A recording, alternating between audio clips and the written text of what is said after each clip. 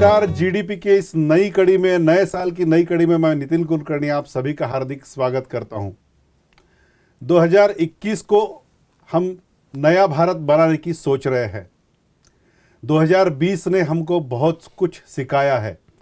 खास करके कोरोना ने हमारे सामने बहुत बड़ी दिक्कतें खड़ी की है, हमारे सामने बहुत बड़े प्रॉब्लम्स भी खड़े कर दिए थे। पर इस प्रॉब्लम्स में भी बहुत से ऐसे लोग जो है जिन्होंने इसमें भी अपने आप को खड़ा किया, अपनी इंडस्ट्री को खड़ा किया और लोगों के सामने एक नया आदर्श प्रस्थापित किया। नागपुर में ऐसा ही एक ऐसा व्यक्तिमत्व है जिनको अगर देखा जाए, इनका नाम अगर लिया जाए तो एक ही बात लोग, मैं किसी को कहता भी हूँ कि नागपुर में अगर अच्छा खाना है तो द नागपुर अशोका आना है। ऐसे ही अशोका होटल के ओनर और नागपुर के बहुत बड़ी बिजनेसमैन संजय गुप्ता जी आज हमारे साथ है। गुप्ता जी, बहुत बहुत स्वागत है आपका। नमस्कार। संजय गुप्ता जी बेसिकली एक सिविल इंजीनियर भी है। 20 साल से कंस्ट्रक्शन के बिजनेस में भी उनका बहुत बड़ा अनुभव है। नागपुर की डेवलपमेंट में भी उनका हाथ है, ऐसा अगर मैं कहूँ तो वो ज़्यादती नहीं होगी। संजय जी, सबसे पहले तो मैं आपको ये पूछना चाहूँगा कि 2020 में पैंडमिक सिचुएशन में सबसे ज़्यादा अगर किसी इंडस्ट्री को अगर मतलब हानि पहुँची होगी तो वो है टूरिज़्म और होटल इंडस्ट्री जिससे आप बिलोंग करते हैं। क्या रहा आपका अनुभव? सबसे ज़्यादा ये टूरिज़्म इंडस्ट्री जो है ये इसमें इफ़ेक्ट हुई है और इसको वापस आने में भी बहुत ज़्यादा समय लगेगा। जब पहले जैसा बिजनेस, पहले जैसा माहौल बनने के लिए as compare to other industry इसको काफ़ी समय लगेगा। मतलब मैं अगर प्रतिशत के हिसाब से अगर मैं समझूं तो होटल इंडस्ट्री को आप किस प्रतिशत हानि पहुंची है? 50%, 40%? आपका बिजनेस, आपके बिजनेस को, होटल अशोका को अगर मैं बात करूं तो अलग अलग सेक्टर वाइज अगर अपन सोचेंगे ना तो कुछ लोगों को तो बेचारे पूरे ख़त्म ही हो गए हैं जी। आपने देखा होगा कि कुछ रेस्टोरेंट्स बोलो तो उनको तो क्लोज ही हो गए हैं, फिर से खोलने की उनकी वही नहीं रही। जी जी। कुछ लोग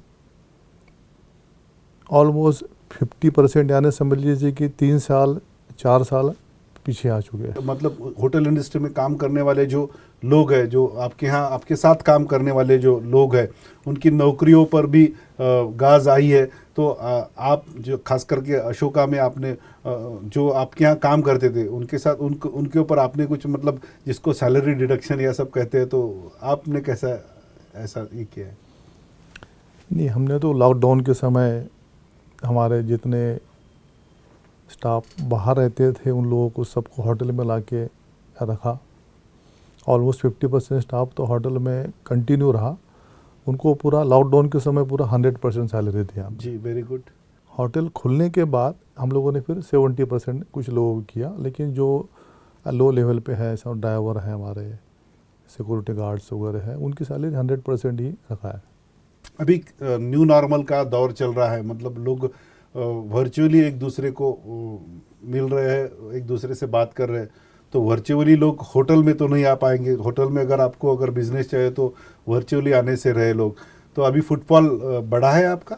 हाँ, हम लोगों ने ये कोशिश किया है कि भाई जब कोई भी गेस्ट आए तो उसको एक सेफ्टी, एक सिक्योर्ड ऐसी भावना मतलब उनको उत्पन्न हो, वैसा हमने वहाँ टोटल एक पाव सैनिटाइजेशन लेकर जी।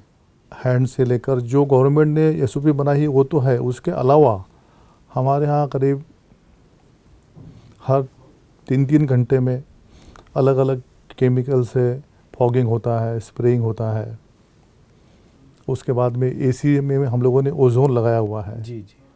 तो इस तरह से और भी जो चीज़ मार्केट्स में अवेलेबल थी तो हम लोगों ने वो सारी चीज़ लगा के हमारे कस्टमर का विश्वास जीतने का कोशिश किया है और उसका हमको रिजल्ट मिल रहा है। ऑलमोस्ट हमारा जैसा पहले बिजनेस आता था समझ लीजिए उस लेवल पे धीरे धीरे आपके भी अच्छे दिन आने आ रहे, ऐसा कह सकते हैं। हमारे भी आना चाहिए, सबके आना चाहिए। आपके अच्छे दिन मतलब, और आपके इंडस्ट्री की बात कर रहा हूँ, आपके इंडस्ट्री के अच्छे दिन आ रहे हैं। फिर अभी थोड़ा सा सिचुएशन और चेंज हुआ है, सिनेरियो मतलब 11 बजे तक की कर्फ्यू सभी जगह लगा दी गई है, तो जिसका फिर से एक बार खामियाजा आप ही की इंडस्ट्री को भुगतना पड़ रहा है। इसमें भी आप थोड़ा सा तैयार हैं? कर्फ्यू हो गया या ऐसी जो भी रेस्ट्रिक्शन है, ये सब रेस्ट्रिक्शन टेम्परवरी है।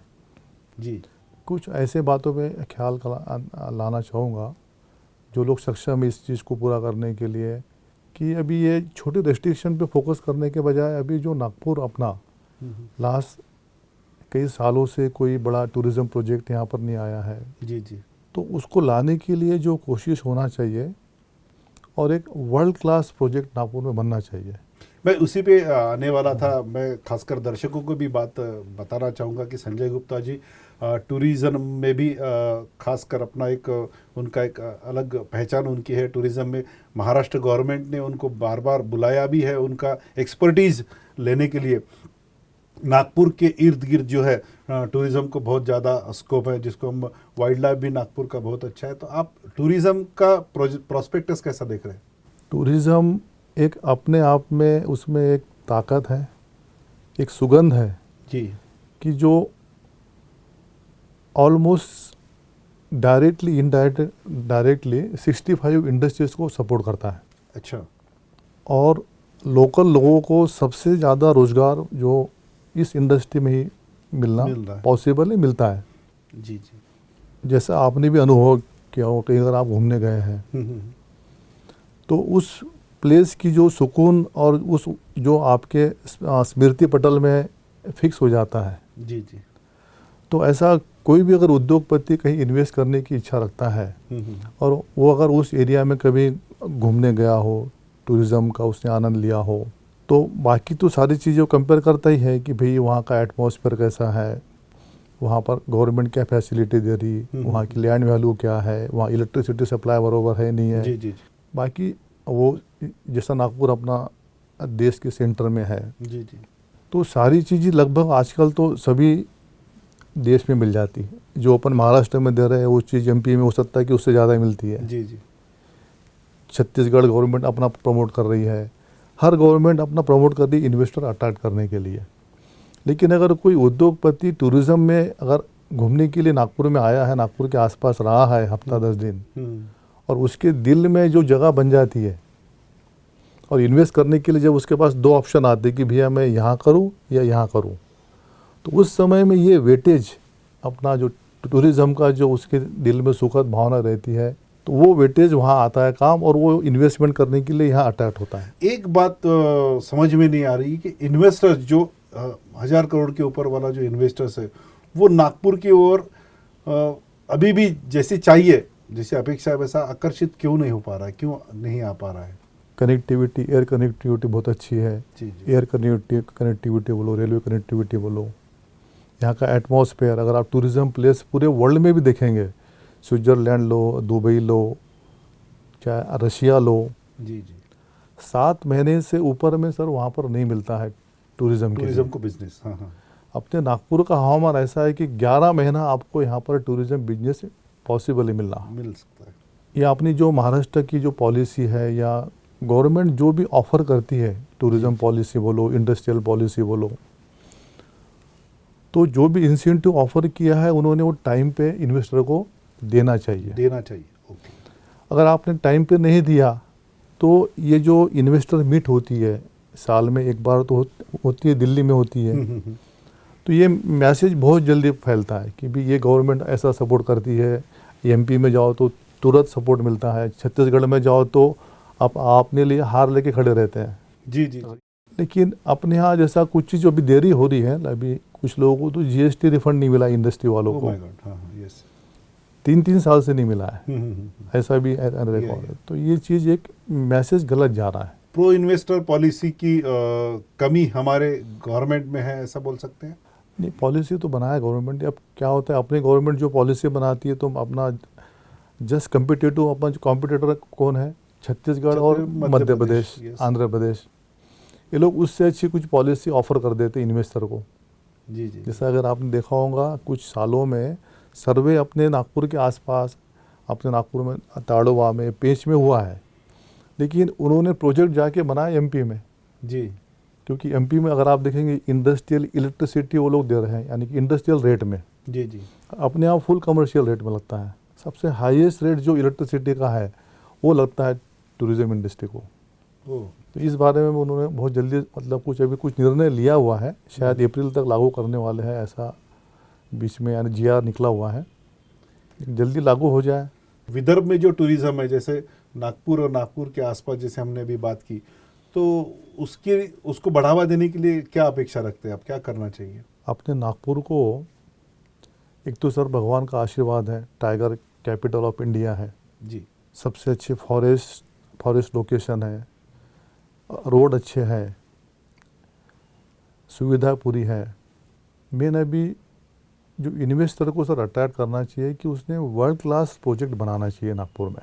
जी जी, जैसे अजाब बंगला, महाराज बाग, ऐसे छोटे छोटे प्रोजेक्ट बहुत सारे बना के आप किसी फॉरेन के बच्चों को अट्रैक्ट नहीं कर सकते। जी जी, आपको एक ही प्रोजेक्ट बनाना चाहिए, उसमें सारा इन्वेस्टमेंट वहीं लगाना चाहिए, और फॉरेन के बच्चे ने, जर्मनी के बच्चे ने बोलना चाहिए नहीं मेरे को नागपुर में वहाँ जाना है राइड करने के लिए। एग्जैक्टली। जैसा जंगल है, फॉरेस्ट है, तो फॉरेस्ट के जो टूरिस्ट है वो करीब 15 से 25% समझ, मैक्सिमम 25% लोग हैं। जी जी, और जंगल आपका 1 दिन 2 दिन 3 दिन में पूरा पेट भर जाता है उनका। बिल्कुल बिल्कुल। अपने नागपुर एरिया में डेवलपमेंट तभी आएगा अगर कोई टूरिस्ट यहाँ पर आके 80 किलोमीटर एरिया में करीब 7-8 दिन रह सके। जी जी, 7-8 दिन में उनका 100% होना चाहिए मनोरंजन, बच्चों का मनोरंजन, युवाओं का मनोरंजन, और जो बुजुर्ग लोग हैं, सीनियर लोग हैं, उनका भी मनोरंजन। जी जी, तो अकेले जंगल से वो चीज़ नहीं होगा, उसके साथ में एंटरटेनमेंट हब बनाना बहुत आवश्यक है। एग्जैक्टली। तो उससे जंगल को भी सपोर्ट मिलेगा, जंगल से इसको सपोर्ट मिलेगा, और लोकल पूरे एरिया में 65 इंडस्ट्री को ऑटोमेटिक सपोर्ट मिलेगा। इससे आत्मनिर्भर भारत की संकल्पना भी यस यस यस प्रधानमंत्री जी की पूरी होगी। Yes yes yes. Pandemic situation में सभी की हालत खस्ता थी, फाइनेंशियली सब खस्ता थे, फिर भी हमने एक ऐसा मतलब नोटिस किया है कि आपका जो 50वीं आपकी सालगिरह थी, तब आपने 25 लाख रुपए ऐसी संस्थाओं को डोनेट किए जिनके पास कोई, जिनके तरफ ध्यान नहीं देता, ऐसे अनाथालयों को आपने पैसा दिया। आपके बच्चे की शादी हुई लास्ट मंथ में, तो आपने वहाँ भी 35 लाख रुपए ऐसी संस्थाओं को डोनेट किए। ये मतलब ये भावना कैसी जागृत हो जाती है, क्योंकि एक बिजनेसमैन है जो पैसा कमाने के लिए कुछ कर जाता, आप देने के लिए उद्युक्त हो जाते हो। मिला तो बिजनेस से ही है जी जी, और अपन यहीं से कमाया है, और एक समय के बाद जो है ना, यानी समाधान एक चीज़ सबसे बड़ी है जीवन में। जी जी, और अगर अपन, भगवान अपने को दे रहा है, आशीर्वाद मिल रहा है, और अगर अपनों को अच्छा करने की ताकत मिल रही है, तो वही सबसे बड़ा आशीर्वाद है। जिस समाज से हमने कुछ कमाया है उसी समाज को हमारा देना हमारा दायित्व है, जिम्मेवारी है। इसी भावना से आप काम कर रहे हैं। नया साल तो जो है वो आप उसमें कौन से चैलेंजेस आपके सामने है, ऐसा आपको लगता है? अभी बस यही है कि कस्टमर को अट्रैक्ट करना है जी, लेकिन बिजनेस के साथ साथ उनकी सेफ्टी का भी अपने को ख्याल रखना है। मेन है अभी सर कि जो बेसिक कुछ खर्चे हैं और कुछ बेसिक गवर्नमेंट के भी खर्चे हैं, वहाँ थोड़ी कमतरता होना आवश्यक है। जैसे मैंने बताया, इलेक्ट्रिसिटी का रेट जो है जी जी, वो इंडस्ट्रियल रेट मतलब लगना आवश्यक है, और उन्होंने टूरिज़्म को इंडस्ट्री का एक दर्जा दिया हुआ है, तो लगना चाहिए। विदर्भ की भूमि कहती है कि भगवान का दिया हुआ सब कुछ है मेरे पास। हाँ आप बिल्कुल। सिर्फ एक थोड़ा सा पॉजिटिव अप्रोच रखिए और कुछ थोड़ा इनिशिएटिव लेकर कुछ कीजिए, ऐसा मतलब एक आह्वान भी सरकार और यहाँ पे बैठे हुए सभी अधिकारियों को इस माध्यम से हम लोग करते हैं। सर, जीडीपी की इस नई कड़ी में आप नए साल में यहाँ आए और हमें इस टॉक शो के लिए आपने अपना टाइम दिया, आपका मैं बहुत बहुत शुक्रिया अदा करता हूँ और आपको बहुत बहुत धन्यवाद। Thank you sir, thank you, नमस्कार।